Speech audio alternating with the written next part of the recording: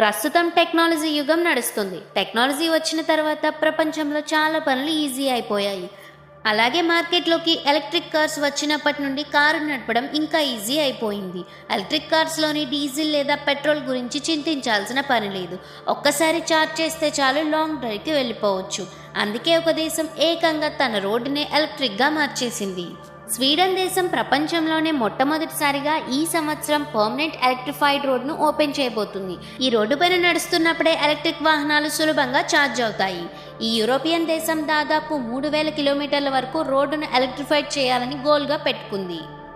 ఇక్కడ ఎలక్ట్రిక్ వాహనాల కోసం ఒక బలమైన ఎకోసిస్టమ్నే సృష్టిస్తున్నారు. ఎలక్ట్రిక్ వాహనాల యజమానులకు ఇది చాలా ఉపయోగకరంగా ఉంటుంది.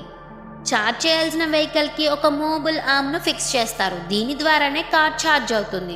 మూబుల్ ఆర్మ్ రోడ్లో అమర్చిన ట్రాక్కి కనెక్ట్ అవుతుంది. దానిపై నుండి వెళ్లే వాహనం బ్యాటరీని ఛార్జ్ చేస్తుంది. ఇలాంటి రోడ్డును నిర్మించడానికి 1 కిలోమీటర్కి $1.2 మిలియన్ ఖర్చు అవుతుంది. ఇంకా ఈ రోడ్డు ప్రత్యేకత ఏమిటి అంటే దీని పైభాగంలో విద్యుత్ ఉండదు. దానిపైన చెప్పులు లేకుండా కూడా నడవచ్చు. ఇలాంటి ఇన్ఫర్మేటివ్ వీడియోస్ కోసం వెంటనే మన ఛానల్ని సబ్స్క్రైబ్ చేయండి. నెక్స్ట్ వీడియోతో మళ్ళీ కలుద్దాం.